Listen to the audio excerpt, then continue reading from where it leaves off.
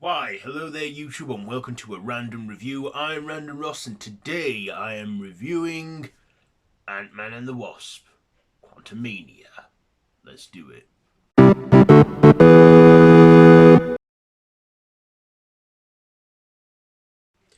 So, this is the 31st film in the MCU and the start of Phase 5, and it is written by Jeff Loveness and directed by Peyton Reed, who did the first two films. Based on the Marvel comic book characters, starring, of course, Paul Rudd, Evangeline Lilly, Jonathan Majors, Katheryn Newton, David Dismaicher or something, Katie O'Brien, William Jackson Harper, Bill Murray, Michelle Pfeiffer, Corey Stoll, and Michael Douglas. So, you know the story already. This is, as I said, the start of Phase 5, and it follows, Scott Lang, aka Ant-Man, carrying on life after the Avengers and stuff, and, living life as a celebrity a bit, with his love life with Hope, and him rekindling his relationship with his daughter Cassie, who did not dust and spent the last 5 years working on things of her own, including her own suit, a machine that sends signals to the quantum realm, and of course, Cassie, Scott, Hope, and Janet and Hank, Hope's parents, all get sucked into the quantum realm, and then they're on this big crazy adventure in the quantum realm where they stumble across a whole community and people living in that world, and also we find some answers about Janet, what she was doing during her 30 years in the quantum realm, and also we, come across Kang the Conqueror, who is also an exiled to the quantum realm from his council Kangs, played by Jonathan Majors, and also we, see people of the quantum realm planning a rebellion against Kang, with the help of the Langs and the Hope and the Pim Van Dynes.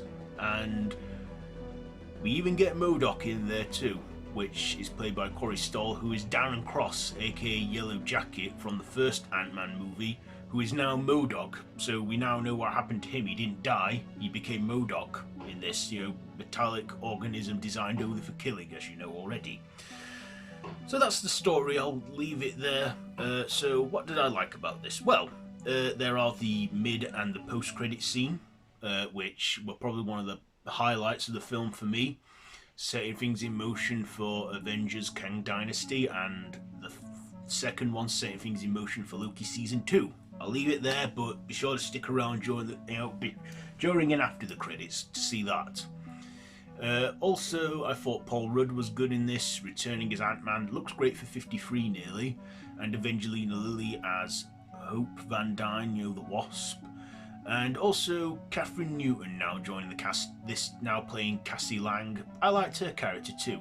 I thought I wouldn't like her, or at least I thought, she might have had tough shoes to fill given the other two actresses who have portrayed her. But no, she was alright in this, she was good, I enjoyed watching her. And of course Michael Douglas and Michelle Pfeiffer were good in this too. And I like that we finally got to see, Kang the Conqueror at his worst, or one of his variants in this one, as we know, because we saw one variant of him in Loki, the season 1 finale, so we see him again. So I also thought, Bill Murray's brief part in it was great, because he did have a brief role in it. He wasn't like a supporting lead or anything, but he was alright in it. I also like Kang in this. I mean, yeah, he was obviously going to be done with CGI, with his face and everything in a big head floating and that, so... But yeah, I like that we got to see MODOK in live action, or at least maybe one variant of him, played by a returning character. I also thought, the visual effects were good in this. It had some great CGI in this, and some not so great CGI, which I'll get to in a moment in the dislikes. But yeah, it was a fun one, a fun watch, and it clocks in at 2 hours and 2 minutes, which I think's long enough for an MCU movie. I'm glad that it didn't drag on into the 2.5, 3 hour slots like a lot of them have been recently. So I'm glad that we got, you know, at least a 2-hour movie, you know, out of it, at least. But I do have some negatives, I will say that. First of all, one negative is that we didn't get to see Lewis in this one. You know, Scott's buddy, who played by Michael Cena, is it? You know, who does the whole voiceover bits in the films, the first 2 films. It's a shame we didn't get to see him in this one, because I would have loved to see him. I would have at least loved to maybe see him in a recap, you know, like him give a whole, you know, rerun of the, you know, the past 2 films and what happened with him during the 5-year blip. I like to think that he didn't dust, and he was telling us what he was doing for 5 years and that. And then probably have a quick, you know, whole voiceover thing again at the end, maybe. But yeah, it's a shame we didn't get to see him back, so, you know, because he was some good comic relief. I mean, the film did have some good comedy in there, some good, interesting, fun characters as well. But also, yeah, I just feel that at some points the CGI was just rammed down our necks, which I didn't like. I mean, it's the digital age, you know, that's not going away anytime soon. But is it a terrible film? No, it is not. It is a good, entertaining film and a good 2 hours. And I wasn't bored watching this. I was entertained throughout. I mean, I knew with them going into the quantum realm, it was all going to be CG, but there were moments where you could tell it was, you know, that that's green screen, that's blue screen, that's clearly computered, but still, you know, we had some okay effects and that, and it was a fun watch, a fun film.